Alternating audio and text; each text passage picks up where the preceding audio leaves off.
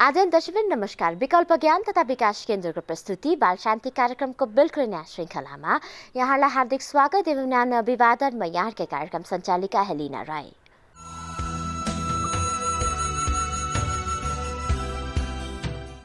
दर्शकबिन बालबालिकाहरूकै सेरोफेरोका विविध विषयवस्तु ल्याउने क्रममा आज हामीले जाडो महिना सँगसँगै काठमाडौँका विभिन्न बस्तीहरूमा बसोबास गर्ने बालबालिकाहरूको अवस्था के कस्तो रहेको छ भन्ने विषयको कार्यक्रममा चर्चा गर्नेछौँ। तर त्योभन्दा अघि हेरौँ हाम्रो नियमित स्तम्भ बाल परिवेश अबको प्रस्तुति।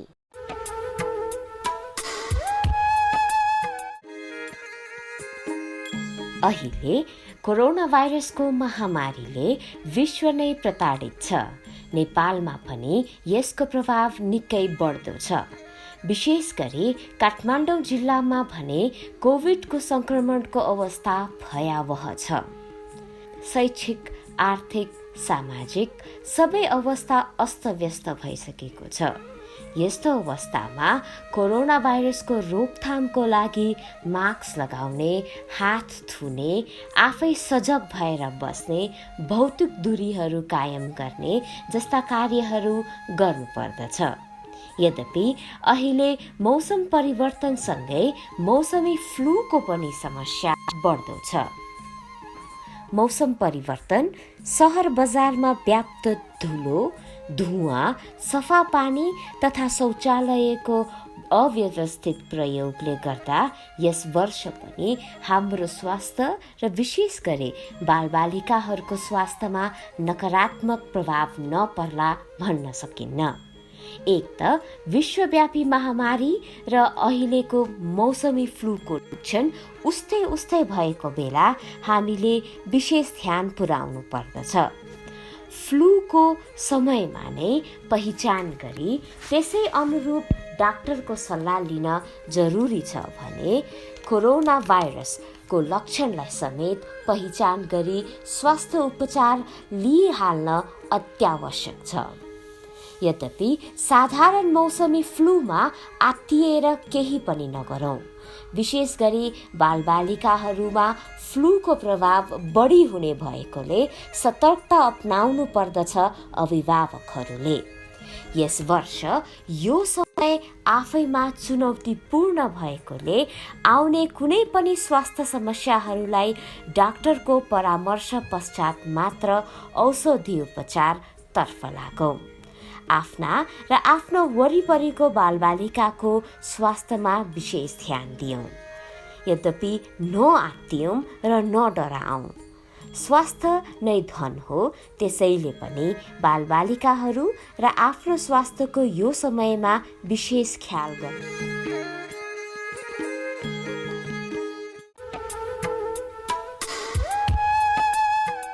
दर्शकबिन जाडो महिनाको सुरुवातसँगै विश्वभरि नै कोभिडका केसेसहरू बढ्दो रूपमा देखिरहेका छौँ भने नेपालमा पनि यसको अवस्था केही कम भने छैन।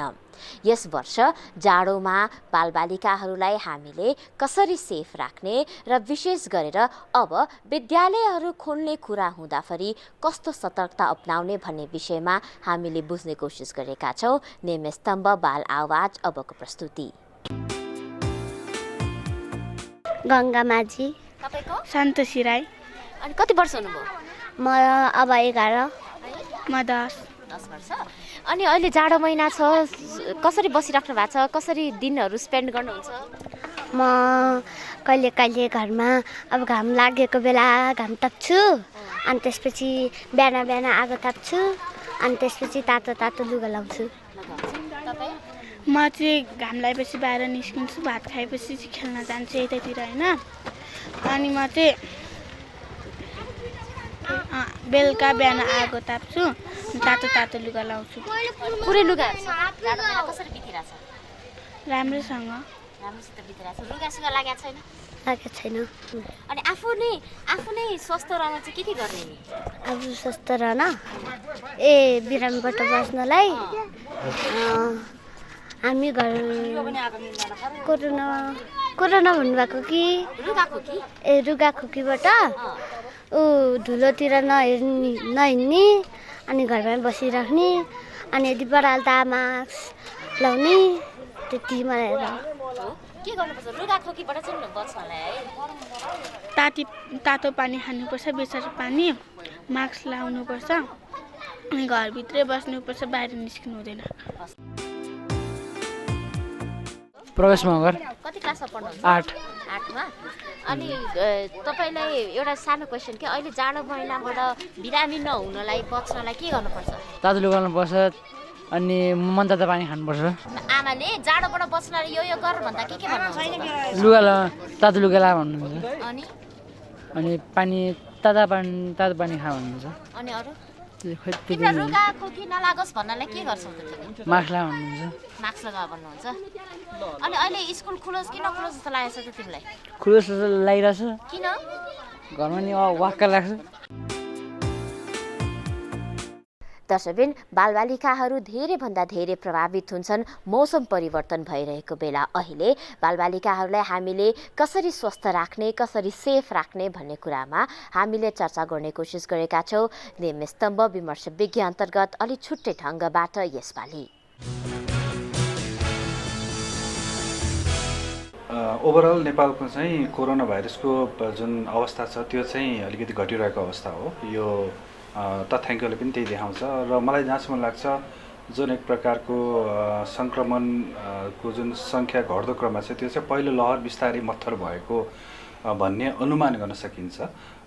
तथापि यति भन्दै गर्दाखेरि चाहिँ कोरोना भाइरसको सङ्ख्या त कम भयो होला तर जोखिम भने चाहिँ कम भएको चाहिँ छैन।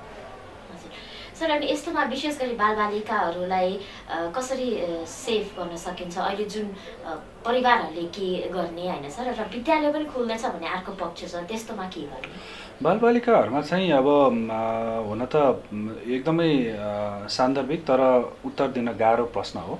बच्चाहरू चाहिँ अब धेरै समयदेखि लामो समयदेखि चाहिँ घरमा बसिरहेको अवस्था छ। उनीहरूको वृद्धि विकासहरू मानसिक रूपमा अथवा शारीरिक रूपमा पनि गर्नुपर्ने हुन्छ। त्यो हाम्रो आफ्नो छुट्टै दायित्व छ।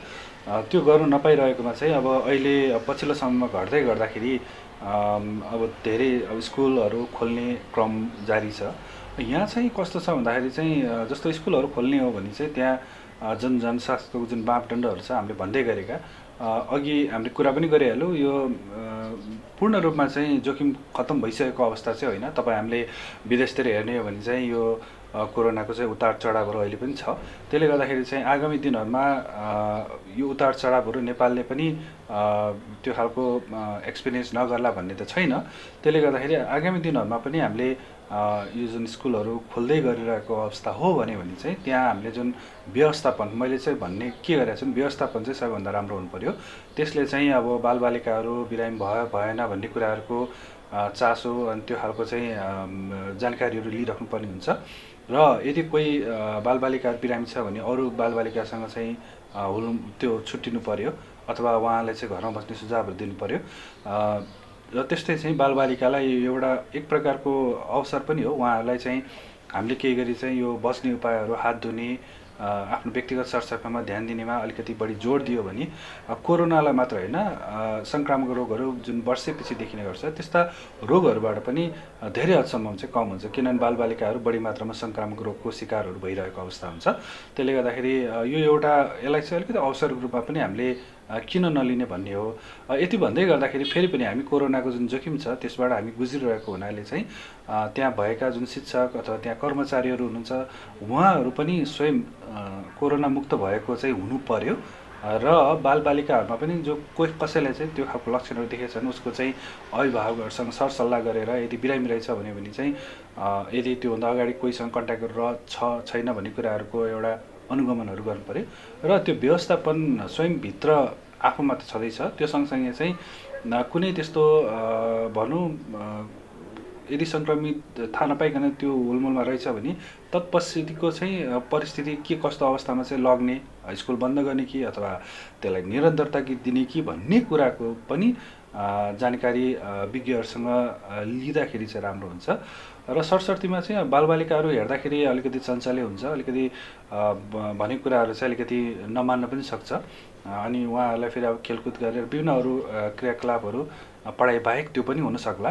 अहिलेको लागि चाहिँ त्यस्तो जुन थप अरू क्रियाकलापहरू चाहिँ अलिक कम गरेर र यदि गर्ने हो भने पनि हरेक बालबालिकाको चाहिँ राम्रो निगरानी गरेर यदि कोही त्यस्तो बिरामी छ भने त्यो समूहमा नराख्ने गरिकन चाहिँ व्यवस्थापन गर्न सक्यो भने पक्कै पनि सङ्क्रमण स्कुलभित्र मात्रै होइन कि स्कुलबाट हुनसक्ने जुन परिवार बिचको जुन एउटा सङ्क्रमण चाहिँ ओहोरदोहोर हुने जुन सम्भावना छ त्यसलाई पनि हामीले रोक्न सक्छौँ भन्ने मलाई लाग्दछ।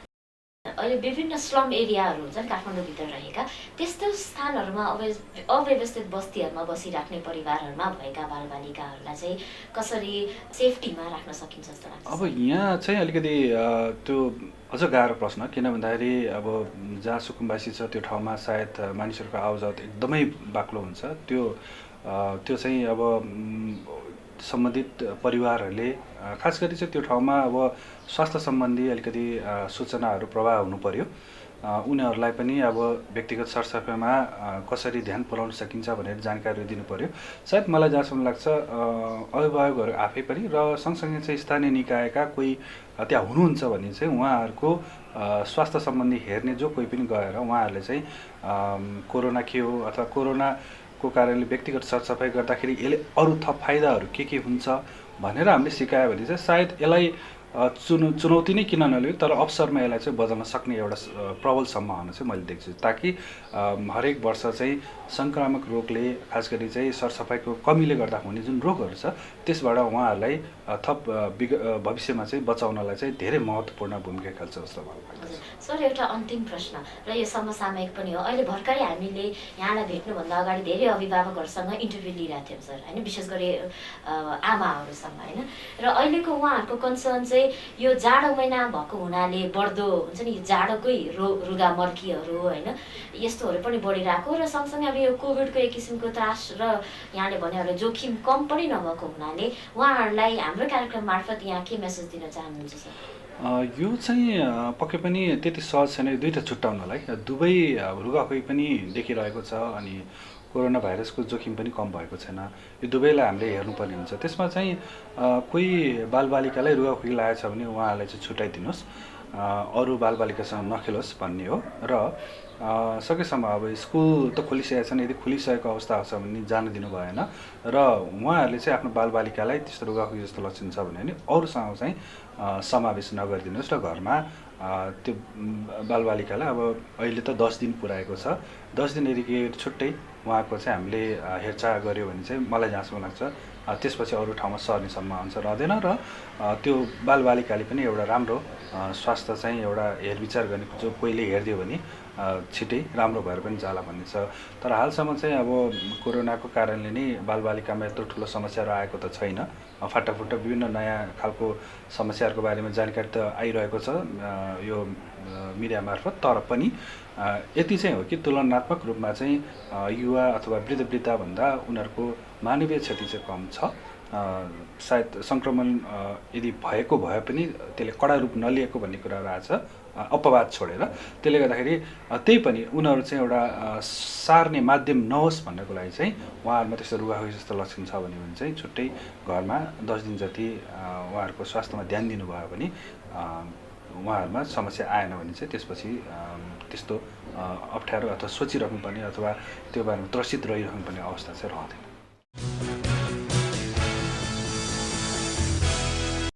अहिलेको अवस्थामा बालबालिकाहरू विशेष धेरै बालबालिकाहरू चाहिँ स्कुल नजाने, अब स्कुल छोडेर घरमै बस्ने अहिले यो कोरोनाले गरेर त्यस्तो प्रवृत्ति भएको छ, जसले गर्दा चाहिँ प्यारेन्ट्सहरूले चाहिँ अब हामी जुन अभिभावकहरूले चाहिँ आफ्नो बालबालिकाहरूलाई चाहिँ सकेसम्म घर बाहिर चिसोमा जान नदिने, आफ्नै घरमा राख्ने, घामबाट सकेसम्म तातो घाममा राख्ने, न्यानो कपडा लगाइदिने र बालबालिकाहरूलाई सबैभन्दा महत्त्वपूर्ण कुरा चाहिँ सन्तुलित आहार चाहिँ राम्रोसँग खुवाउनु पर्छ, जसमा चाहिँ गेडागुडी, अब माछा मासु, तातो पानी टाइममा तताएर खाना दिने। त्यसले गर्दाखेरि पनि बालबालिकाहरू चाहिँ चिसोबाट चाहिँ बच्न सक्छन् र बालबालिकाहरू चिसोबाट बस्दाखेरि चाहिँ बालबालिकाहरूलाई चाहिँ न्युमोनिया हुनबाट चाहिँ अलिकति जोगिन्छ। हजुर। अनि अभिभावकहरूले राख्ने त्यसरी बालबालिका अब तपाईँले भनिहाल्नुभयो खेलिरहेछन्, कता गइरहेछन्, होइन, अब यस्तो वातावरणमा चाहिँ कसरी सेफ राख्ने त? खेल्न त गइहाल्छन् होइन कता बाटोतिर?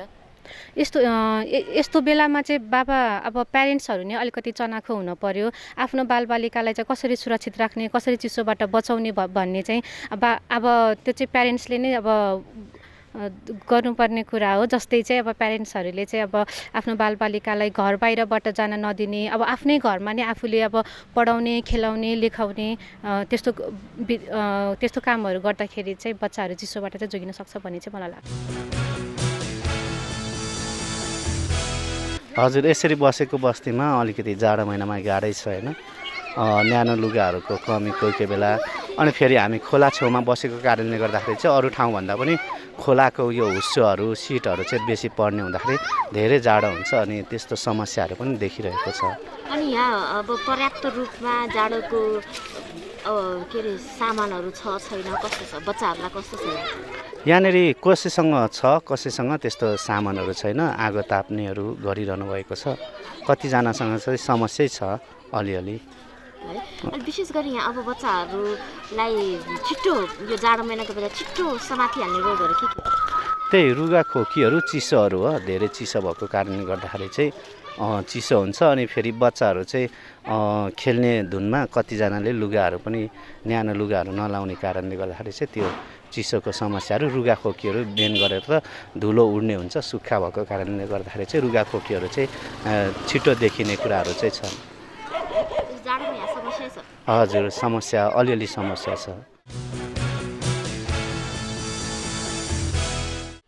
मेरो जनसुभा। हजुर। अनि अहिलेको यो समयमा यसरी यहाँनिर जाडोले कस्तो प्रभाव पारेको छ? जाडोले प्रभाव त पार्छ नि, पारिहाल्छ नि। अब बिहान बेलुका त भित्र निस्किनै सकिँदैन। अनि यस्तोमा बच्चाहरूलाई कसरी तातो राखिराख्नु भएको छ? न्यानो कसरी राख्नु? न्यानो त अलिक अब तातोमै राखेको छ अहिलेसम्म त। के गर्नुहुन्छ? म केही गर्दिनँ, घरकै काम। त्यही आगो बाल्ने, ताप्ने। बेलुका चाहिँ 9-10 बजेसम्म आगो तापेर बस्छ बच्चाहरू। अनि त्यही अनि अहिले त्यसो हो भने अहिले बच्चाहरूलाई बिरामीबाट अब अलिकति रुगा खोकी लागिहाल्छ, अनि त्योबाट बचाउनु चाहिँ के गर्नु? बचाउन अब न्यानो कपडा लगाइदिनु पर्यो, त्यस्तै आगो ताप्ने, न्यानो कपडा लगाइदिने। अब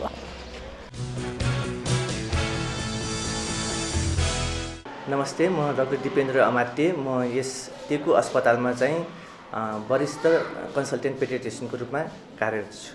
बच्चाहरूलाई चिसोमा कसरी बचाउने भन्ने कुरा छ। यो सबै उमेर अनुसारको फरक हुन्छन्। जस्तो सानो बच्चाहरू जो भर्खर जन्मेका छन् तिनीहरूलाई चाहिँ हाम्रो परम्परागत रूपमा के चलन छ भने आगो बाल्ने हैन, आगो बालेर कोठाहरू सबै बन्द गरेर आगो सेक्ने, आगोमा तपाईको राख्ने, कोठाहरू सबै बन्द गर्ने त्यो चलन छ, जुन चाहिँ त्यति राम्रो होइन। हामीले बच्चालाई न्यानो गर्नुपर्छ, तर त्यो जुन आगो बाल्छौँ, झ्यालहरू बन्द गर्छौँ, त्यसबाट झन् निस्किने धुवाले उनीहरूलाई निस्सासिन्छ र सबै भेन्टिलेटरहरू बन्द गरेपछि झन् त्यो धुवाहरू कोठामै रहेर झन् उसलाई श्वास प्रश्वाससँग सम्बन्धित रोगहरू लाग्ने भएको हुनाले हामीले त्यसरी चाहिँ आगो बालेर सेक्नु चाहिँ राम्रो होइन। यदि यसरी बाल्न नै पर्यो भने पनि बरु हामीले हिटर बालेर, सकभर हिटर बालेर भेन्टिलेटरहरू पनि खुल्ला राखेर चाहिँ उसलाई न्यानो गर्ने कोसिस गर्नुपर्छ। र आगो बालेर सेक्नै पर्छ भन्ने पनि छैन। हामीले कोठालाई न्यानो गरेर पनि बच्चालाई चाहिँ चिसो हुनबाट बचाउन सकिन्छ। र योभन्दा माथिल्लो जुन स्कुल जाने बालबालिकाहरू छन्, स्कुल जाने बालबालिकाहरू पनि लगभग 5 वर्षको उमेरसम्म उनीहरूको रोगसँग लड्ने क्षमता कम हुने भएको हुनाले उनीहरूलाई विभिन्न किसिमको भाइरस, चिसोमा रहने भाइरसहरूबाट चाहिँ सङ्क्रमण हुनसक्छ। ती सङ्क्रमणहरूबाट बचाउनको लागि उसलाई न्यानोपन दिनुपर्छ। त्यो भन्नेको मतलब आवश्यकभन्दा बढी कपडाहरू लगाएर भन्दा पनि उसलाई हामीले जति लगाउने हो त्यति नै, अथवा त्योभन्दा 1 लेयर बढी मात्र लुगा लगाएर पनि उसलाई न्यानो बनाउन सक्छौँ। त्यो धेरै लुगा लगाउनाले झन् त्यसलाई चाहिँ पसिना निस्किने र त्यसले झन् चिस्याउने बढी सम्भावना हुन्छ। त्यसकारण हामीले उसलाई ठिक्क मात्र लुगा लगाउनुपर्छ। र स्कुल जाँदाखेरि चाहिँ अरू बालबालिकामा जस्तो श्वास प्रश्वाससँग सम्बन्धित रोगहरू छन्, रुगाखोकी छ, अरू कुनै रोगहरू छन् भने त्यो बालबच्चालाई चाहिँ सकभर मास्क लगाइदिने अथवा स्कुलमा पनि केही दिन नपठाउने, यसरी आदि इत्यादि कुराले गर्दाखेरि उसलाई चाहिँ रोग लाग्नबाट बचाउन सकिन्छ। र यो चिसो महिनामा जुन हामीले विभिन्न प्रकारका खानाहरू खान्छौँ, खास गरिकन यो चिसै चिजहरू जस्तो आइसक्रिम भयो, अरू बाहिर चिजहरू भयो। अब हाम्रो यो सर्वरोग अस्पतालमा पनि प्रायः जस्तो यो चिसो मौसममा पनि अहिले जन्डिसको रोग भयो, झाडापाखाको रोगहरू यदि पहिला कम हुन्थ्यो, अहिले आजभोलि ती रोगहरू चिसो महिनामा पनि देखिरहेछन्। त्यस भएर खाना खाने क्रममा पनि हामीले सरसफाइमा विशेष ध्यान दिनुपर्छ र बालबालिकालाई चाहिँ चिसो अमिलो चिजहरू खान नदिएर पनि केही हदसम्म चाहिँ यो जाडो महिनामा हुने रोगहरूबाट बचाउन सक्छ। जस्तो सानो बच्चाहरूमा पनि दमको रोग हुन्छन्, जस्तो 5 वर्षभन्दा कम उमेरको बच्चालाई पनि दमको रोग लाग्न सक्छन्, जुन 5 वर्षपछि चाहिँ प्रायः जस्तो निको हुन्छ। तर त्यो 5 वर्षको उमेरसम्म चाहिँ उसलाई चाहिँ कुनै पनि प्रकारले एलर्जी भयो भने त्यो एलर्जी हुने एउटा प्रमुख कारण चिसो पनि हो हैन। त्यो चिसोको कारणले पनि उसलाई चाहिँ तपाईँको यो हाम्रो श्वास प्रश्वासमा हुने नलीहरू खुम्चेर झन् श्वास प्रश्वास त्यसै पनि दम रोग छ, त्यसमाथि केही चिजको चिसोले झन् श्वास प्रश्वासको नली खुम्चेर झन् दमलाई एग्रिभेट गर्ने अझ बढाउन सक्ने सम्भावना हुन्छ। त्यस्तो बच्चालाई चाहिँ खास गरी चिसोबाट बचाउनु पर्ने हुन्छ, दमको रोग। अनि अरू त्योभन्दा ठुलो बच्चाहरूमा पनि खास गरिकन चिसो रोगले चाहिँ दमलाई अझ बढाउन सक्छ। एउटा कुरा त्यो भयो। दोस्रो कुरा अर्को श्वास प्रश्वास सम्बन्धी रोगहरू जस्तो ब्रोन्कियोलाइटिस भन्छौँ हामीले, ती रोगहरू पनि र निमोनिया पनि भनौँ, ती रोगहरू पनि कम्पेरेटिभली गर्मी महिनाभन्दा पनि जाडो महिनामा बढी देखिन्छ। यो झाडापखालाहरू, जन्डिसहरू यी कुराहरू चाहिँ कम्पेरेटिभली गर्मी महिनाभन्दा कम चाहिँ हुन्छ, तर हुँदै नहुने चाहिँ होइन, यी कुराहरू पनि हुन्छन्। जाडो महिना छ, सबै चिजहरू बाटोको पनि कीटाणुहरू हुँदैन त्यो भनेर उनीहरूलाई जथाभावी खान दिनु हुँदैन। कीटाणुहरू जाडो महिना पनि हुन्छन्, गर्मी महिना पनि हुन्छन्। ती सरसफाइमा ध्यान दिनु पऱ्यो। बासीहरू खानाहरू खान दिनु भएन। प्रायः जस्तो हामी अरू बेला चाहिँ जस्तो बासी खाना भएपछि फ्रिजमा राख्ने चिज अहिले जाडो महिनामा बाहिर नै राख्दा पनि हुन्छ भन्ने किसिमको पनि छन्। ती कुराहरूबाट बासी खानाहरू खान नदिने, सरसफाइमा ध्यान दिने। जुन हामीले अरू महिनामा गर्ने चिजहरू छन्, अरू बेला गर्ने चिजहरू छन्, त्यो जाडो महिनामा पनि ती चिजहरू चाहिँ हामीले कन्टिन्यू नै गर्नुपर्छ र सरसफाइमा विशेष ध्यान दिनुपर्छ। जाडो महिनामा एउटा अर्को थप भनेको न्यानोपन हो, जसले चाहिँ हामी ठुलो मान्छेलाई भन्दा पनि सानो मान्छेलाई बढी असर गर्छ, जुनलाई हामी शीताङ्ग भन्छौँ, हाइपोथर्मियामा जाने। उनीहरूलाई चाहिँ उनीहरूको चाहिँ बोसोहरू कम हुने, छाला पातलो हुने, शरीर सानो हुने भएको हुनाले उनीहरूलाई बढी जाडो लाग्ने भएको हुनाले न्यानोपनमा चाहिँ अलिक विशेष ध्यान दिनुपर्ने हुँदछ। जाडो महिनामा पनि जुन हामीले नियमित गर्नुपर्ने सरसफाइमा त्यत्तिकै ध्यान दिनु पऱ्यो। जाडो महिना भन्ने बित्तिकै हामीले ननुहाउने, बासी खाना खाने, फोहोर कुरा खाने, बाहिरको पनि खाना खाने त्यस्तो गर्नु हुँदैन। जुन नियमित सरसफाइ, जुन रेगुलर सरसफाइ त्यसमा विशेष ध्यान दिनैपर्छ। न्यानो कपडा लगाउने। कुनै पनि बालबालिका आफ्नो साथीहरू छन् जसमा रोग लागेको छ, रुगाखोकी लागेको छ अथवा तपाईँको ज्वरो आएको छ, ती बालबालिकाबाट आफूलाई बच्नको लागि खोक्दाखेरि भयो, सिँगा नआउने बेलामा बाहिर नफाल्ने, खोक्दाखेरि मुख छोपेर खोक्ने, अथवा आफैलाई पनि कुनै रोग लाग्दाखेरि रोग छ भने 1-2 दिन स्कुलबाट बिदा लिएर बस्ने, यी कुराहरू गर्दाखेरि धेरै हदसम्म हामी रोगहरूबाट बच्न सक्छौँ। दर्शकबिन विश्वभरि नै धेरैभन्दा धेरै बालबालिकाहरू निमोनिया अथवा भनौँ छाती दुखाइले गर्दा फेरि मृत्युको मुखसम्म पुग्ने गरेको आँकडाहरू रहेको छ। जाडो महिनामा बालबालिकाहरूलाई हामीले विशेष ध्यान दिनुपर्छ भन्दै कार्यक्रमको हामी अन्त्यतिर आइसकेका छौँ। आजको हाम्रो कार्यक्रम यहाँलाई कस्तो लाग्यो? केही सल्लाह सुझाव प्रतिक्रिया भए हामीलाई पत्राचार गर्न नभुल्नुहोला। हाम्रो ठेगाना छ विकल्प ज्ञान तथा विकास केन्द्र, बौद्ध महाकाल 5, हाम्रो पोस्ट बक्स ठेगाना 23-365 काठमाडौँ, नेपाल। त्यस्तै हाम्रो इमेल एड्रेस छ visitvikalpanepal@gmail.com र हामीलाई फोन गर्न चाहेमा हाम्रो फोन नम्बर 4821-635। हस्त दर्शकबिन, आगामी साता पुनः बालबालिकाहरूसँग सम्बन्धित यस्तै विविध जानकारी लिएर उपस्थित हुने नै छु। तबसम्मको लागि म लगायत सम्पूर्ण युनिटलाई बिदा दिनुहोस्। नमस्कार।